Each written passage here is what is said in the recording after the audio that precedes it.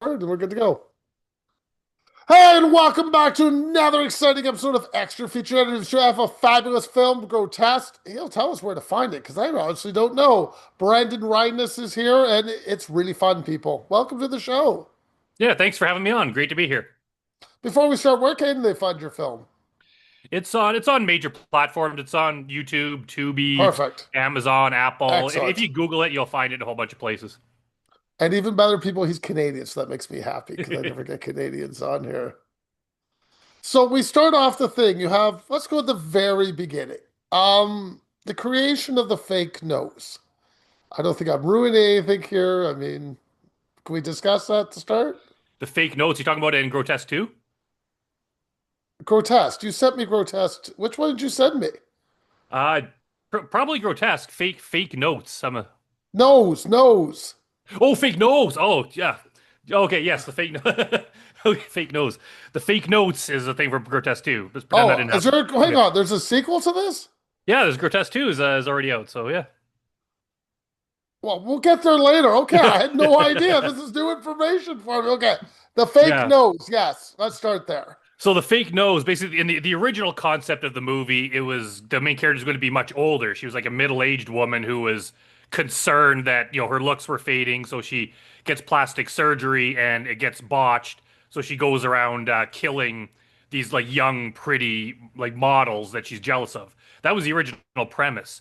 But after I met Elizabeth Chamberlain, who played Mildred in the movie, obviously she's much younger and that wouldn't work anymore. So I was like, well, she needs another reason to be jealous. So I was like, well, how about she just has some kind of physical deformity? And then we decided on a huge nose. And we tried different ways. We tried building one out of like clay, whatever you call, like kind of like a prosthetic that we built, Right. and it didn't quite work. And then we ended up just ordering one that we found on some website and put that on her face, and it's like, yeah, that looks pretty good. And we had to order like a whole shitload of them because we could only ever apply it once because every time you took it off, it got ruined. Really? And there was just a lot of it was hard scheduling because we'd have like we didn't want to put the nose on and off like a whole bunch of times in one day. Right. But there were scenes like where she has the nose at a location, but then later she doesn't have the nose at the location. So we were always juggling around, scheduling, trying to make that work, and it kept peeling. You'll even notice in the film sometimes, like the edges would peel up. So we always had the makeup artist in there trying to fix it, but we are super low budget, so we couldn't waste a lot of time doing that. So there's some times where it doesn't look as good as it should, but we did the best we could with our resources. So let's go that. Let's. So you found. Where did you meet Elizabeth then? Well, maybe that'd be a good start. Auditioned. It was my first movie I made, but it was the second one released because of just a bunch of distributor bullshit. But we made a film called Cold Comfort, and she was not the star of that, but we were auditioning for some of the roles, and she just happened to be one of the people that auditioned. And she did. We ended up casting her because she did good, but she was in like a very very small part. And I think it was a year or so later, I made a short film called K Thanks Bye. And we just needed someone that could dance, just to be in the background of this one scene, like doing a funny dance. And I remember her mentioning in her audition that she danced. So I was like, "Hey, remember that Elizabeth person? Like, let's call her up." So she was in there, and then she kind of just kept popping up, playing bit parts and things. But it wasn't until Hot Box, which was like the stoner comedy I made, which was my first real movie. She played a fairly significant character in that, and it was hilarious and it turned out great. So we just started working together more, and then when it came time to cast this, I was like, oh, like Elizabeth is perfect. Like she just has a striking look because she's very tall. She has red hair. Like she would be perfect for a female slasher in a film. So we cast her, and then of course Grotesque kind of blew up and became big. And then she was also in I'm Haunted, my found footage series, and that became pretty big. So from then on, it's kind of like she's just my go-to actor, and she's working in the U.S. now a lot, and like her career is really taking off. So the makeup artist. I want to go back. So you had a makeup artist on set all the time then, Yeah, if you're doing that. So how often? I mean, the makeup I would say looks excellent. yeah, it did good. Like if you're gonna be really picky, like I'm sure Jamie Clark, our makeup artist, there was times where she wanted to fix things, and it's like we have to keep going. So, um, Yeah, yeah, she did amazing with just the limited time and money and resources we had. And we were also new that that was her very first job. Like she was still in makeup school when we made the movie. She actually had to miss like her final exam because she was working on the movie. So she was fresh out of school. We were all green. Like we didn't really have anyone on set that knew how to do some of these kills. So we're kind of like, okay, how do you realistically chop someone's head off? And between all of us, the camera guy and me and everyone, we'd be trying different things, and we'd just we just somehow made it work. I will agree with you. You can tell the kills, you can't really follow through with them. Like you do a scene and then I get the after effect. I don't see a continuous. There And was that's some, fine. yeah, there was some that we couldn't do as well as we wanted, so we had to cut around them. Some of them ended up like, wow, that worked way better than we thought. Some of them we had to cheat a little bit because it's like that looks way too fake. But if we cut away at the right part, that'll be okay. So yeah, I mean, it's like if you know what we went through making it, like you'd be impressed because it's like we were just like rushed and everything. But I think it turned out good. And I say this before, like I would rather have like me watching a movie. I'd rather have a kind of a crummy looking practical effect than a good looking CGI effect. Oh, I'm Like I 100% with you. yeah, so it's like I think overall, and part of the charm is like just how amateur some of them look. But I think that's part of the charm of it. I will say it helps you put in a comedy in the title. Like Yeah, that helped me out because I said, okay, I got to take this as a comedy, so I'm gonna let it go as that. yeah, And it is indie film. I think when people need to, when they're watching indie film, need to understand they're watching indie film. You yeah, have a yeah, set exactly. budget, and that's it. You can't go over that budget. And I've never had anyone really complain about. Like I get the odd negative like YouTube comment, but for the most part, people are understanding. I think once they see the movie and they understand what it is, and it's so kind of funny and charming that small things like that, like the some bad effects, aren't going to bother them. If this was like in a Scream movie or some movie that had like a $50 million budget, I think people would be pissed off because they Oh, should just be able to do better. But for what we had, I think people just love how different and just kind of sweet the movie is while also being insanely violent. okay. The magazine covers, who made those? Pardon, say that again. You froze for a Uh, sec. Sorry, the beginning of the film, you have magazine covers that are all fake. Oh yeah, we just had a graphic designer make those covers, and then I'm pretty sure I wrote what was supposed to be on the covers, and then we just like somehow taped or stapled the covers to actual magazines to make them look real. Okay, you have so many locations in this film. I mean, a ton. So I think some they might have reused, but you're going to walk me through them. The bar location Yeah, the is a bar real. location, that was a bar. It was owned by the like wife or girlfriend of an NHL hockey player who is retired. And yeah, I don't want to get in any trouble. I don't know the whole story, but basically he's the one that let us in, and he's actually in the movie. You see him standing next to the bartender at one point, and he's like staring Okay, right at the camera. But he's like, "Yeah, I'll let you shoot here for free, on a Sunday, but you gotta at least have me appear in the movie." And then we found out apparently he what didn't own the bar. It was like his wife, and I guess he didn't quite have permission or something. And I just remember that was that there was a whole big story there, and then some other people tried to film there after the movie came out, and there was an issue because they had an agreement, but then she was like, "No." It was this whole big drama. But basically, it's a bar on Jasper Ave in Edmonton, and regardless of the situation, he was nice enough to let us film there. And it was a wonderful location just to have a bar that size that was like they let us in and there's no one else there. We could just film there all day. It was great. the apartment. The apartment where Mildred lives, that was in the Oliver area of Edmonton. It was just a condo that Julie Whalen, my co-producer who plays Blanche, I think it was a friend of hers, lived there and just let us film there. Lab setup. We could spend a Love. few minutes on here. That was actually in the basement of a strip club. Really? Yeah, the Chez Pierre's in Edmonton, the strip club where they walk in, that basement was actually there. So, the owner of the bar, he's known as being very film friendly in Edmonton. Like pretty much every film crew and music videos filmed there because he's just a cool guy who let us film there. And the basement, they just had this big open basement with not much in it. So he was like, yeah, whatever, have your run of the place. And so we just had our set design team build that little area in the strip club. Because you have a lot of stuff in that lab, so you got to haul all that stuff downstairs. Yeah, yeah, it was weird. And the weird thing is, it's kind of creepy, is that we had our own bed. Like we bought or rented or something. Somehow we got a hospital bed that we used in a different movie, and we were going to use that for Mildred to lie on during the operation. Until we went down there and found out for some reason they had a hospital bed in the basement of the strip club, like complete with stirrups and everything. Like it was just in this room.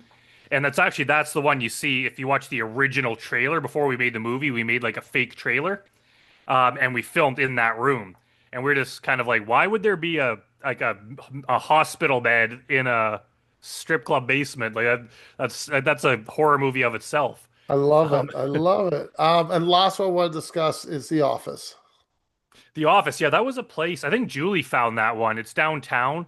We were just looking around for cool looking office space, and she was on the internet somewhere and found you could rent this place out by the hour. It's a mainly a music recording studio. Like they have, even if you look in the background, you could see music type stuff. But it just looks like a funky looking modern office, so we chose it. I just want your directors to know I don't have time to look at the whole scene. I love the background. I'm watching your movie. I'm making notes. I'm like, okay. And I love the background. It always makes me happy. So we're going the karaoke scene. I know you couldn't use a real song, obviously. So who made up the karaoke song? This song was written by Crazy Dave. He's the rock star guy later who gets maimed, we'll just say. I'm sure you know what I mean. Um, his band in real life, they wrote that song for Hotbox, that first movie we made, and it was a really catchy song. So when it came time to do this, I was like, well, instead of making up a new song, like let's just use "Friend Indeed" from Hotbox. So that's what we used. I love it. The tray of shots, were they real shots or just food dye? They honestly, I can't remember. They were not real. They were something. Um, yeah, I can't remember. I remember there was issues where yeah, we didn't want to use alcohol because we didn't have to pay for it. So I think we had like ginger ale or pop for stuff. But then for the scene where Mildred is like, there was something to do with it. Like it went flat, or I don't know. There was just issues with the drink. I remember it's been a while, but yeah, it was not real alcohol because yeah, we didn't want to cough up the money for that. Oh, it's all good, all good. Now, when you were writing this, I know you might have had a few challenges. I mean, obviously, you have your beginning premise. Like, I understood that. But how did you always have the mask coming in play, or was there another idea? Like originally, I think it was gonna be like her face was just grotesque the entire time. But I think also we had a big issue with showing the hole in Mildred's face was really hard to do because I obviously was, she has a real life nose. So it's like, well, it would just be way too hard to have a hole in her face the entire movie. So it's like, well, let's put a mask on, and also just a lot of the famous slasher movie killers have masks, and we wanted to kind of have a an iconic look of our own.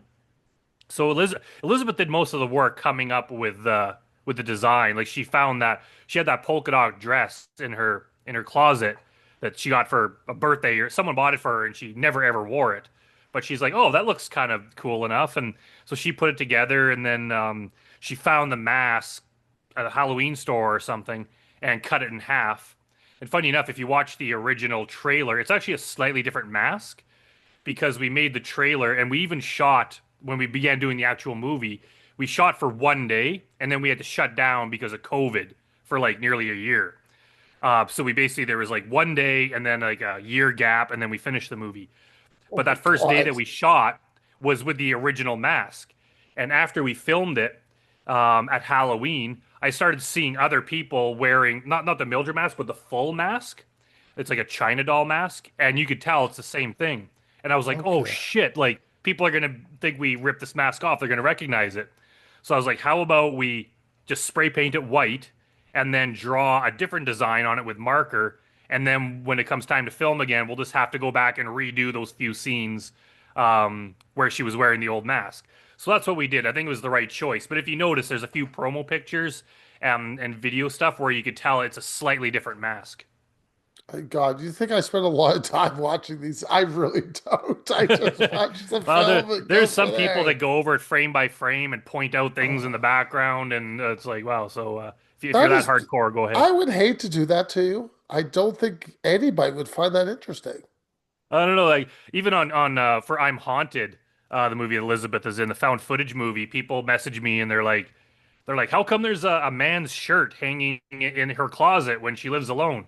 And I'm like, well, because we filmed in my apartment and we put her clothes in there, but you could see one man's shirt. I'm like, I didn't think people would be paying that much attention to detail, but some people do.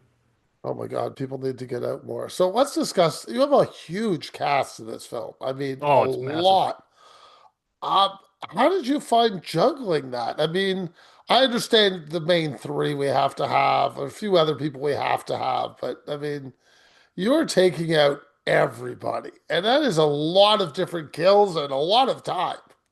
Yeah, it was. I have to give credit to our first assistant director, Grace Kinley. She organized all of that. And I think basically what we did is like, as long as we had Elizabeth, obviously she's the most important one. It's like if she's there, everyone else works around her because, especially actors in Edmonton, it's a smaller market and there's fewer opportunities. Most of them have day jobs and families and other commitments. So we couldn't just have them appear whenever we want. We had to be like, when are you available? It's like, okay, as long as we have Elizabeth, and it's like, okay, Steve is free like Monday to Thursday in the evening, so we'll do him then, and then this other guy's free on Wednesday, so we'll do his scene with Steve on Wednesday. And there was a lot of juggling around, and there was a lot of okay, we have to move to this other location because it's the only time that this person's available, and then we have to move back to the other place. And so there was a lot of that, and just a lot of things like if someone backed out, say someone got sick or whatever, like it really threw a wrench into our plans because it's like, well, crap, now we can't do it till next Wednesday, but that's the only day we have this one location. And so I remember there's just a lot of stress about keeping everyone there, and we didn't have trailers or anything. So times where we have like 40 people on set, it's like, well, now we have 40 people in the room. We got to keep them all quiet while we're filming, and just we're filming somewhere, and all of a sudden we have dozens of people coming, and there's cars everywhere, and there's nowhere to park, and we can't have the cars in the shot, and there's a lot of logistics involved that people don't realize, and it's really hard to deal with as an indie film because we don't have people dedicated to that. It's like, who's available? Hey, one of the actors, can you go stand at the end of the street and tell people to park on the other side of the road? And there was a lot of chaos, but it was still fun. It was a wonderful experience. Okay, since we're discussing parking issues, I guess I should get to my. I was going to get to the camp later, but we'll bring the camp in now. Are we dealing with a park or an actual camp? That was an actual camp. It was a real place that we checked out different camps, and we had to make sure that they were cool with what we were doing and that they were also not expensive. So that was a real camp, and we just basically we rented those two cabins that you see. Like that was its kind of own separate area. There was other areas where people were staying, and they said we could basically have our run of the place and shoot anywhere as long as we weren't bothering anyone else. But it was in like late September, I think. So it was basically past the prime time of summer. So there weren't that many people there, and we would just go to the other cabins and be like, "Hey, by the way, we're filming a horror movie, so if you hear screaming and stuff, don't be alarmed." But yeah, that was a real camp, and some of the cast and crew slept over in those cabins just so they didn't have to drive home. Yeah, I want to go back. We got lots more to go to the camp. I can't let it Yeah, go on it. You have a big running scene in the camp. yeah. How many times did you shoot that? We Not that many, not that many. We made sure to get it pretty well because it's happened before where you're running and then of course each take you're more and more tired and then by the Well, end that's what I was everyone's thinking. exhausted. And Elizabeth has even pointed out that like this is one of her favorite running scenes because in horror movies they always there's things like you have to if the camera's moving with the actors can't run so fast that the camera keeps up. So they have to purposely run slow. Or they're just always tripping so they can get caught by the killer. And so she's like, there's a lot of really bad running scenes. She's like, this one's good because they were all running like full out. I don't remember us doing a lot of takes. I'm pretty sure we got it. It's quite possible. A lot of the movie we did in one take. We didn't have time to mess around. It's like just do it once, and if it works, move on to the next thing. The water run. You have another scene that she's in a bikini out by the water. Oh Was yeah, that shot in September too? I think so. Yeah, Oh my pretty sure. God.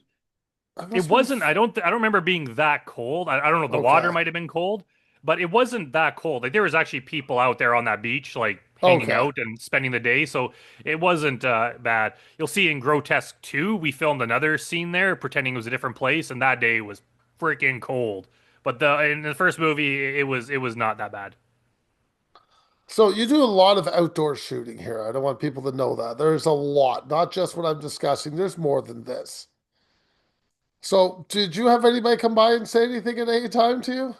We didn't have anything negative. Like we've had some negative things where people come and give us trouble or call the cops and that kind of thing. And this one we didn't. We had a lot of people that would just come up and like, "Hey, what are you guys doing?" And oh, cool. And where can we watch the movie when it's done? And it was overall very positive. But that's the thing. We don't have the money to like shut streets down and have No. security. So we kind of just have to try to stay out of the way and do it quick before people bother us. And for the most part, like people would look and be like, "Hey, I wonder what they're doing," but then they'd hop in their car and leave.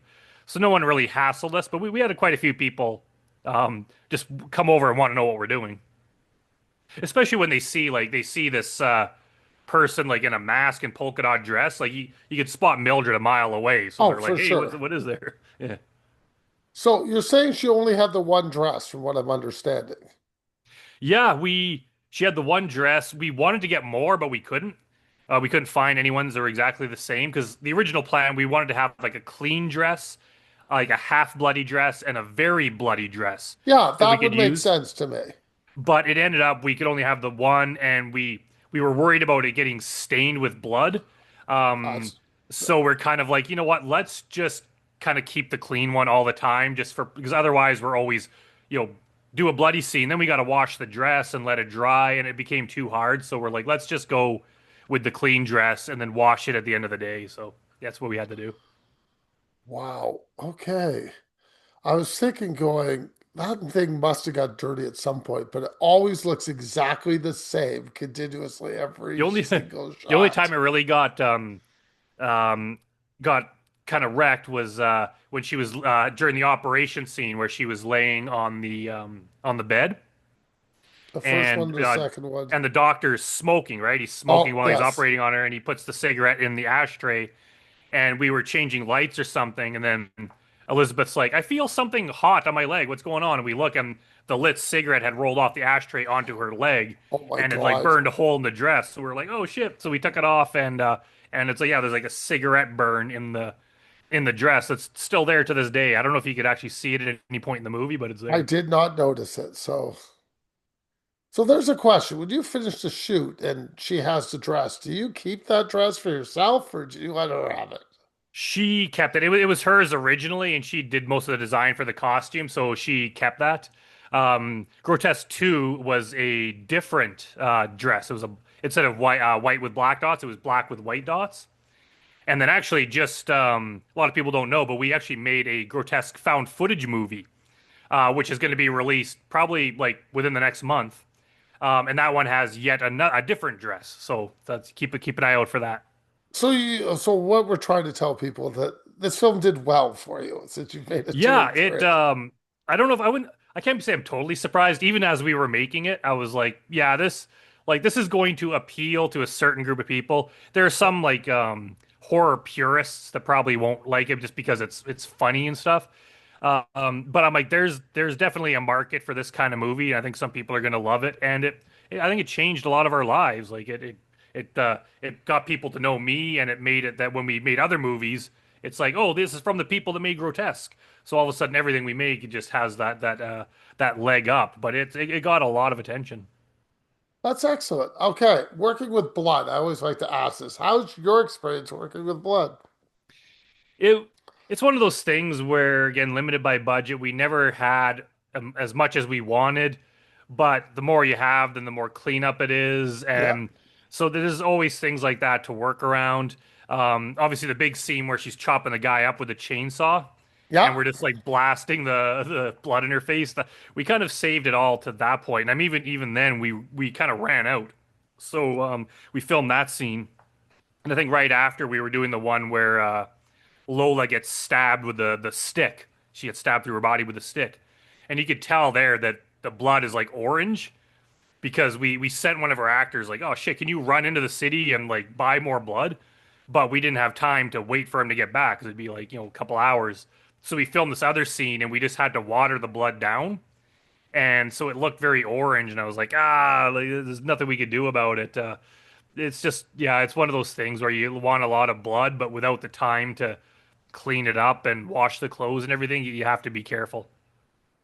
I do understand you. I presume you're homaging Friday the 13th on that chainsaw scene when she goes, "Do you know how to work this thing?"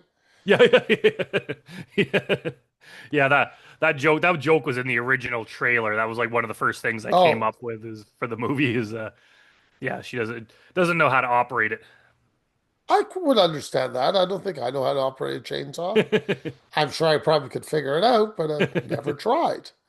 So when you're creating this thing in your head, how long do you plan to shoot it for, or do you find you have it, you're pretty much on time when you shoot, or do you go over? We kind of like even as I'm writing it, as soon as I know, like I write a lot of scripts. Some of them I sell or I write for other people. So depending on the budget, I don't worry about scheduling. As soon as I know, hey, we're gonna make this, in the back of my mind, I have to write it in such a way that we could realistically do this on a low budget.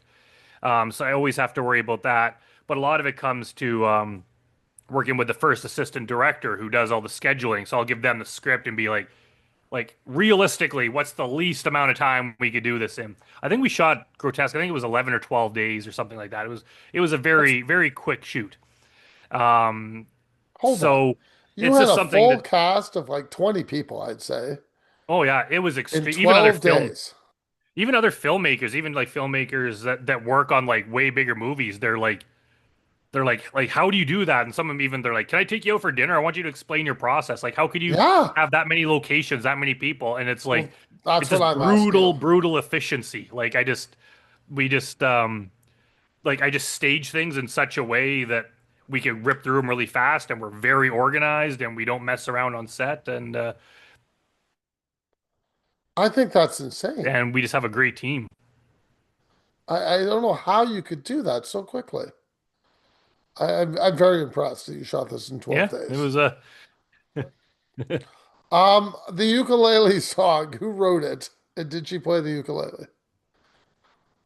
that is that's Elizabeth's song. She actually it's on her Elizabeth Chamberlain. It's on her YouTube channel. She wrote that before I even met her.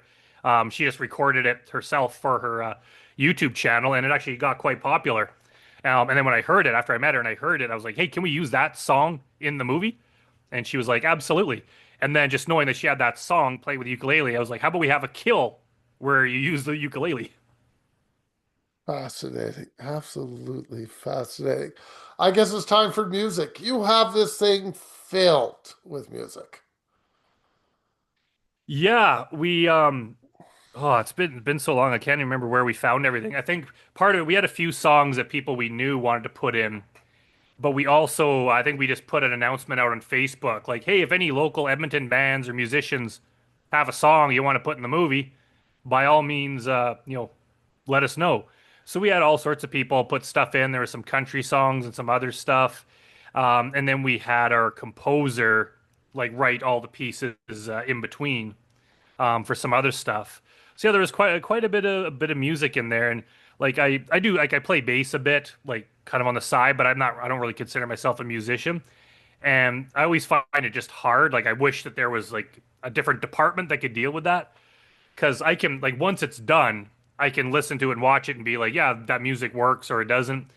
But it's hard when you just have like, here's 20 songs, like pick one or where you want to put them in the movie. And then it's like, so should I put this song in the bar scene or what could that be during the chase scene? Or it's like, what if we get the composer to write something for the chase scene and we put this song here? And there's a lot of that kind of stuff, which I'm like, am I making good choices here?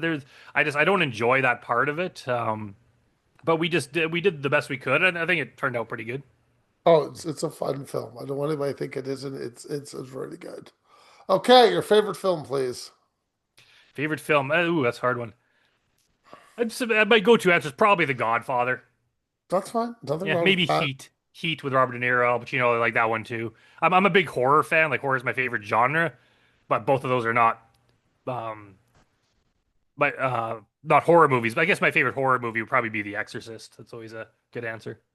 Okay, number two. Since you're such a big Masters of the Universe fan, Two-part question. Who's your favorite He-Man character, and are you excited about the new movie this year?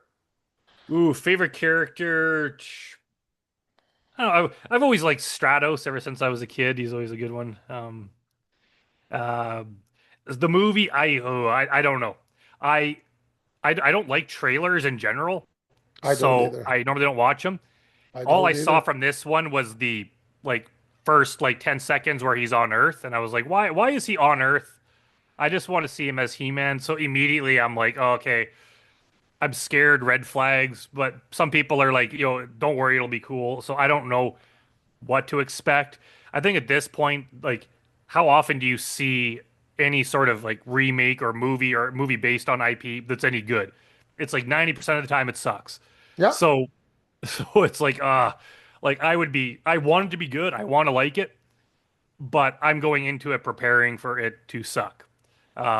I will give it an honest chance, but I'm just scared because I just have a feeling that Hollywood just can't do anything right these days. So Since you live in Canada and it's been a very rough winter in Toronto, on a scale 1 to 10, how has the Edmonton winter been?